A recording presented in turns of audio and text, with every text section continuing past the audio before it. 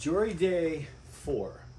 So, today we heard from the defense's first witness, which was not an expert witness. It was just a testimony from a family member to the alleged, not the or the alleged defendant, or the defendant, I should say, not alleged. He is the defendant, and just some interesting cross-examination there that went back and forth, and then pretty quickly it went into closing arguments.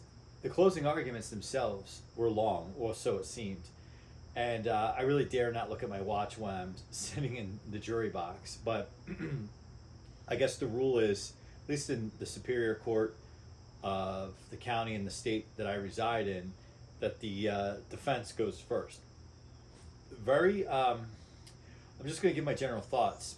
So, I got to say that this case is built pretty well, right? And the defense doesn't really have a lot of areas to go with poking holes. That would blow this thing, like just make it be like, well, okay, not guilty, not guilty, not guilty, not guilty, however many charges there are. And I gotta say, she did a great job chipping away at the prosecution's arguments. Really good. Like, she didn't have a single thing, but she was trying to create doubt. She would beat a subject into the ground just to create doubt, create doubt, create doubt. And I thought she did a really good job. This woman, I thought to myself, hopefully it never happens. If I get in legal trouble, I would think, wow, this lady could do a good job. Good job for anyone, really.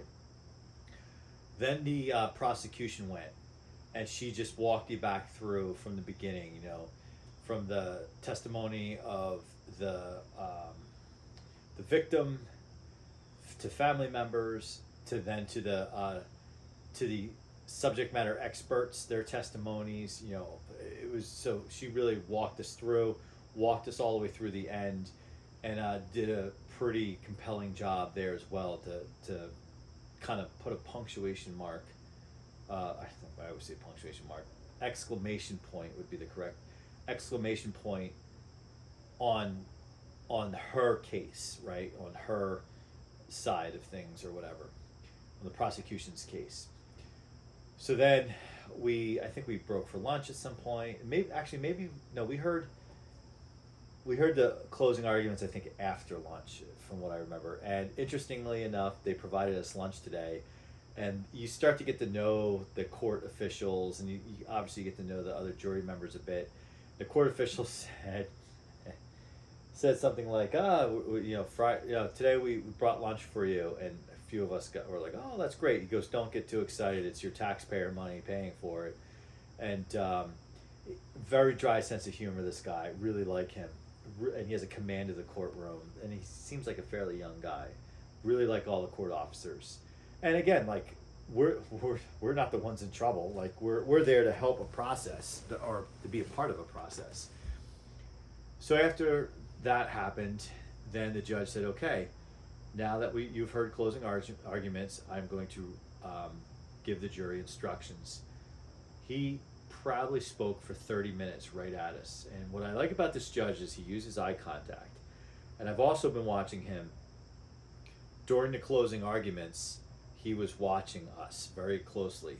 And I had my eyes on the attorneys during the closing argument, but occasionally in my peripheral I could see him watching the jury. And clearly he was watching to see who's engaged, who might need clarification, who's paying attention, whatever. And so then, after the instruction, he indicated that he will now appoint a foreman for the jury. And he said, think of it as a chairman of the board for the jury. And he called my number. I got picked, so I am the foreman for the jury. And I've heard of this before. So what this means is, we then leave the courtroom and go into the jury area, but in a room within the jury area to deliberate. We receive all the evidence from the case. We receive 3 slips. No, I'll just put it this way. We receive slips with the charges on them: guilty as charged, not guilty, right? And basically the rules are, I'm the only one who can leave the room. And what's neat is our door to the jury room within the jury area. So there's like a hallway and a couple other rooms. And it's just marked off, says jurors only. When the door's closed, the court officer explained to me in the hallway when he instructed me, he said, see this stick? It's like this wooden, I don't know, it's mahogany, it's this finished stick. It's about the length of a door. He goes, it's in front of the door, so if you have to open a door, be careful of the stick. It's symbolic to indicate that the jury is deliberating. It's so cool. It's just really cool to see this and be a part of all of this. Now, granted, I'm not here for the wow factor. I'm here first and foremost to perform a duty. I took an oath as a juror, but it's really, it makes you feel good to be a U.S. citizen.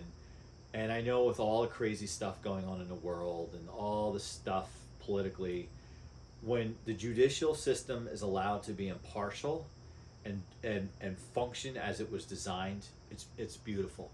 It's beautiful.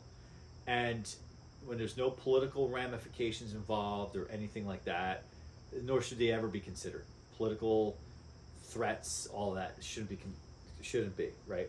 So what happens is I'm given a slip of paper. So if we have a question on anything, I am to fill out the piece of paper, put it in an envelope, leave the jury room, and in the jury hallway there's a phone number that gets me to the officer.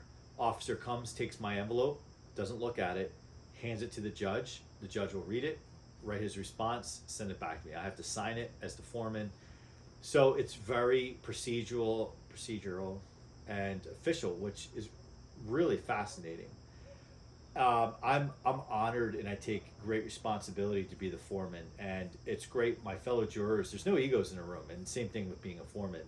So basically, I led off the deliberations by saying, let's just get a feeling. Let's go through.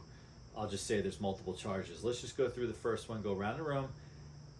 If you have a feeling one way or another, what is it? And even if your feeling is one way and you feel a different way, that's okay. So we went around, and certainly, again, there's multiple charges. Certainly on one of them, we got it down. The second is probably less major than the third, even though the third was actually technically the first one. But the third one, I should say, you can't commit that one without committing the other one. So we were going to try to answer the minor ones first, but then we realized after we got the first one out of the way, second one we're going to kind of skip over and answer the big one first, because then if we all feel one way on the big one, then that will decide how we go on the second one. So we were getting close to 4 o'clock. Court officer knocks on the door, hands me an envelope. He leaves the room. I sit down. I read the envelope to the room. It was basically the judge asking if we would like to continue past 4:30 today, and if we would, or do we plan on going past 5, or would we like to reconvene Tuesday? As of this recording, Monday's a holiday. Tuesday at a certain time. So I took a poll of the room. I could have gone either way. Heading into a weekend, it would have been nice to bang this out. Instead, I have to keep this bottled up until next week and not share it with anyone. And that's why I'm talking to you. This, even though I haven't given any specifics, but this won't get up onto the channel after this case is settled. And even if I think it's not settled, I won't air it. But so likely this won't air for a couple months after this recording. So there you have it. So that's it. So I am now the foreman of the jury. We're in deliberation, and that will continue next week. I called my employer. He's just like, wow, man, like it's interesting. And I said, if I was retired, this would not be a burden on work, or a burden for me on work, because I'm trying to do everything at once. But it's a great responsibility, and I accept it, and I'm proud to be part of the justice system and called upon as a citizen to do my part. Honored. And who knows, maybe I'll never serve on a jury again the rest of my life. I don't know, but at least I got to experience it. And I just know that our goal is to serve justice. And if it's innocent or guilty, whatever the way is, we'll decide. And the next video, the next iteration, which will be day 5, I will likely summarize everything. I'll summarize maybe the verdict in the day, and then maybe I'll do a video after that just to tell you what the case is about and to give highlights of certain things that went on during the case. 'Cause I've been very vague so far, just because I know it's just me talking to a camera right now and no audience, but still a little uncomfortable with talking to it and making a digital record. So there you have it. That's what's going on, and I am going to ponder this and carry this with me over the weekend. And maybe the flip side of reconnecting on Tuesday is maybe it'll give some people fresh perspective, because people were tired, people were worried about running off and picking up their kids, etc. So there you have it. So thanks for watching. If you're interested in the verdict, I know I'm not a Dick Wolf. If anyone knows who Dick Wolf is and watched Law and Order, you might know who Dick Wolf is. I am not Dick Wolf. I'm not trying to produce my own Law and Order show here or podcast or anything like that. I am just sharing raw feelings and some glimpses into the courtroom from this past week. And if you ever get called upon, maybe this will help. Or maybe if you had got called upon, you're like, oh yeah, pretty cool. I experienced that as well. All right, well, thanks for watching, and like, comment, subscribe, and stay tuned for part 5. Have a good one.